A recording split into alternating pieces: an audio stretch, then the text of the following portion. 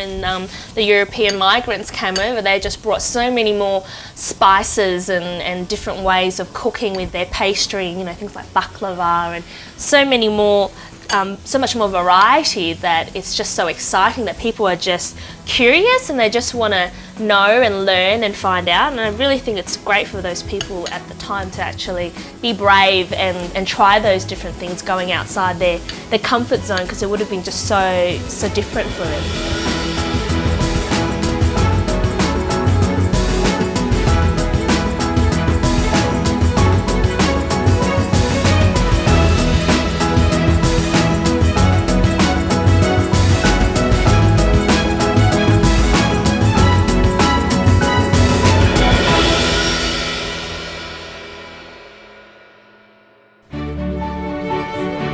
Last time on Love Knows No Bounds, we tackled the thorny issue of racism.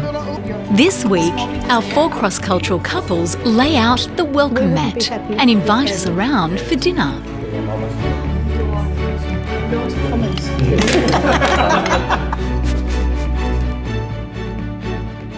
For cross-cultural relationship, there are 2 big challenges.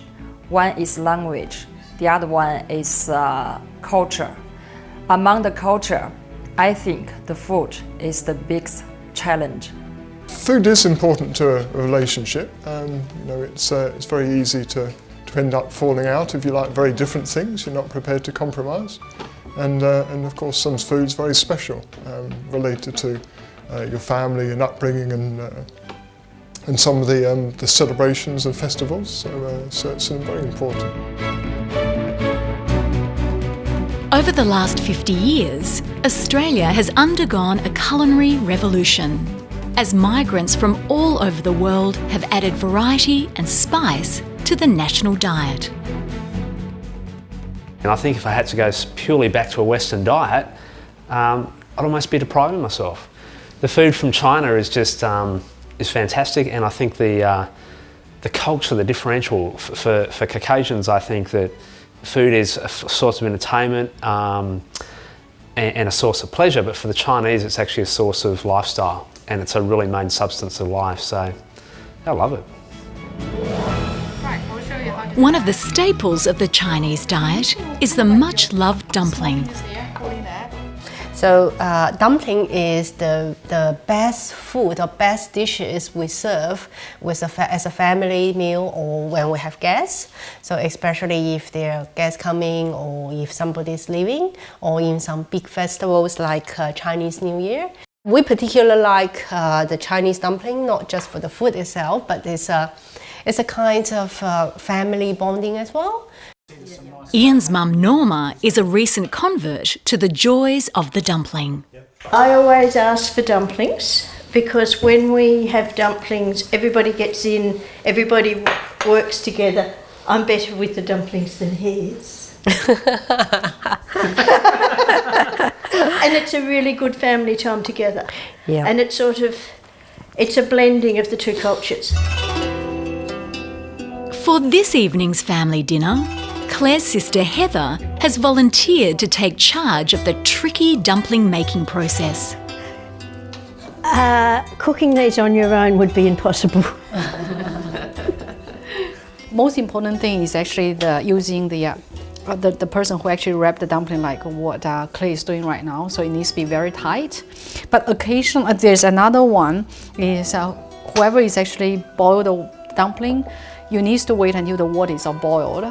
And when you put it in there, don't put a lot in there, put a few here, and then you try to stir it in a particular circle. Rather than trying to move it all directions, then you might cut the dumpling. One of the keys to dumpling success is knowing when they are done. And another way that you can try to test it is that you take one up and you use your fingers trying to hit on the dumpling. And if it doesn't really go up anymore, that means it's cooked. Meanwhile, Dawn is getting ready to prepare her own variation on the dumpling theme. This evening I'm going to cook wonton. Hundun is similar to dumpling. I think most people know dumpling. Hundun you eat with soup. Dumpling you eat itself without soup. So that's the mainly difference. Chinese cabbage, from my understanding, Chinese cabbage is is a long big one, and the Western cabbage is a round one.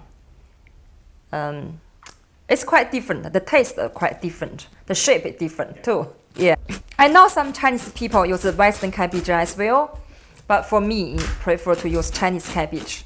Actually, for dumpling, it's much more complicated in Hundun, and I choose to do Hundun normally because it's easier and the taste is still as nice as a dumpling. And then I mix Chinese cabbage, spring onion, and some ginger with minced pork together. I mix them together.